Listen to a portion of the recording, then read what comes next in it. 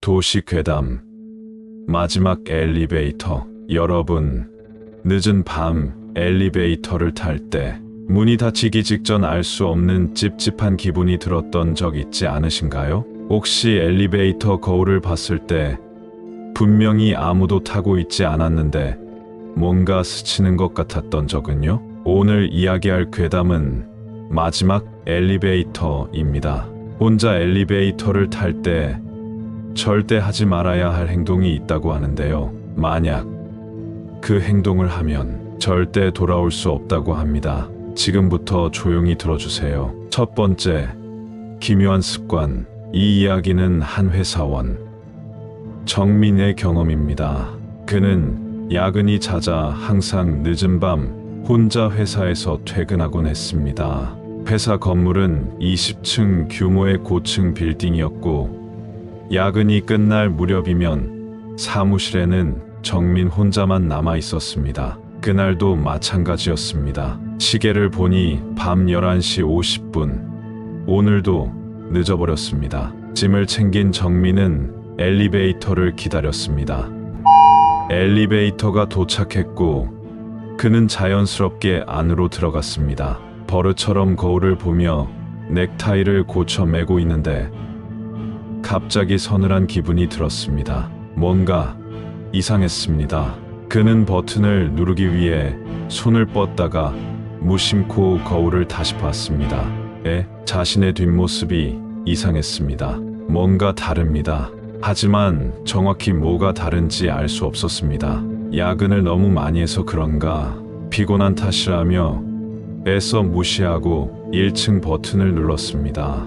엘리베이터가 천천히 내려가기 시작했습니다. 두 번째, 14층에서의 이상한 일. 엘리베이터는 아무 문제 없이 내려가고 있었습니다. 18층, 17층, 16층. 그런데 갑자기 14층에서 멈췄습니다. 누르지도 않은 층이었습니다. 문이 천천히 열렸습니다. 복도는 어둡고 적막했습니다. 아무도 없었습니다. 그런데 그 순간 타도 될까요? 문 너머에서 희미한 목소리가 들려왔습니다. 정민은 깜짝 놀라 주변을 둘러보았습니다. 하지만 아무도 없었습니다. 뭐야? 헛소리 들린 건가? 그는 버튼을 연타하며 문이 닫히길 기다렸습니다. 그리고 천천히 문이 닫히려던 순간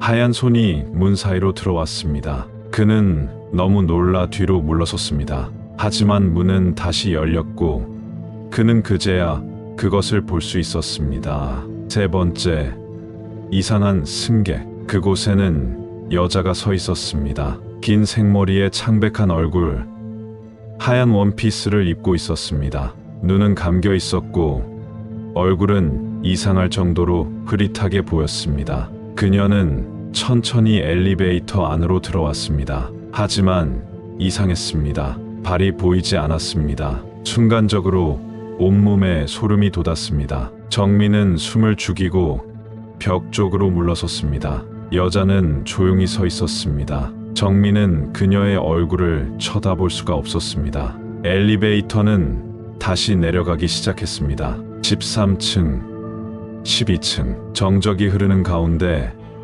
여자가 갑자기 입을 열었습니다. 몇 층 가세요? 정민은 대답할 수 없었습니다. 입이 얼어붙은 것처럼 굳어버렸습니다. 그런데 그 순간 거울 속에서 뭔가 이상한 게 보였습니다. 네 번째, 거울 속 그녀의 모습. 정민의 옆에 서 있는 여자는 그대로였습니다. 하지만 거울 속 그녀는 정민을 똑바로 쳐다보고 있었습니다.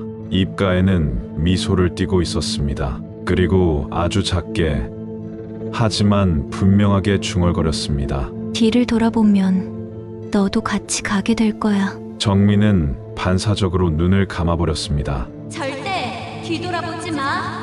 절대. 땀이 비 오듯이 흘러내렸습니다. 엘리베이터는 계속 내려가고 있었습니다. 7번째 층, 6번째 층, 5번째 층, 그리고 드디어 1층. 문이 열리자마자 정민은 재빨리 뛰쳐나왔습니다. 그는 절대 뒤를 돌아보지 않았습니다. 그런데 문이 닫히기 직전 거울 속에서 그녀가 마지막으로 중얼거렸습니다. 다음엔 돌아봐줘. 그리고 엘리베이터는 조용히 올라갔습니다. 그날 이후 정민은 엘리베이터를 탈 때 절대 거울을 보지 않습니다. 그리고 아무리 늦은 밤이라도 혼자 타지 않겠다고 결심했습니다. 혹시 여러분도 밤 늦게 엘리베이터를 탈 일이 있다면 절대 거울을 오래 들여다보지 마세요. 그리고 혼자 있는 줄 알았는데 누군가 함께 있다면 절대 뒤돌아보지 마세요.